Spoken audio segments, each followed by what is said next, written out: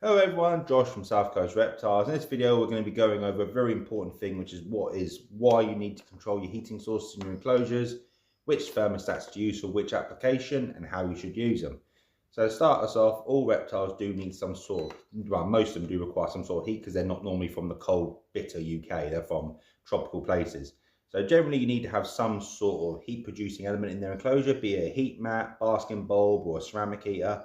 But all these different things require thermostats to control them so that you're not overdoing the heat sources, not overcooking your animals. Okay, calm down.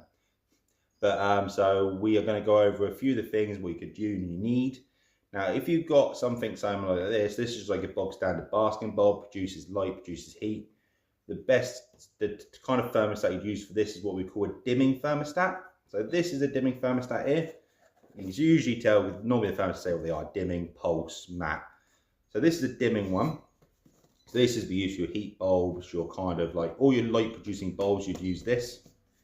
And then if you've got things like a ceramic heater, so that's like a radiator heater, usually like the Arcadia ones or something like that. The ceramic heaters, people use something called a pulse thermostat.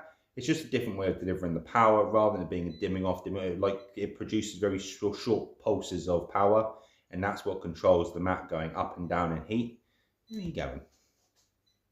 So yeah, that controls it going up and down in heat, which is what you'd use for a ceramic heater. And if you're using a heat mat of some sort, generally you can either use a pulse thermostat or you can just use what they call a mat stat.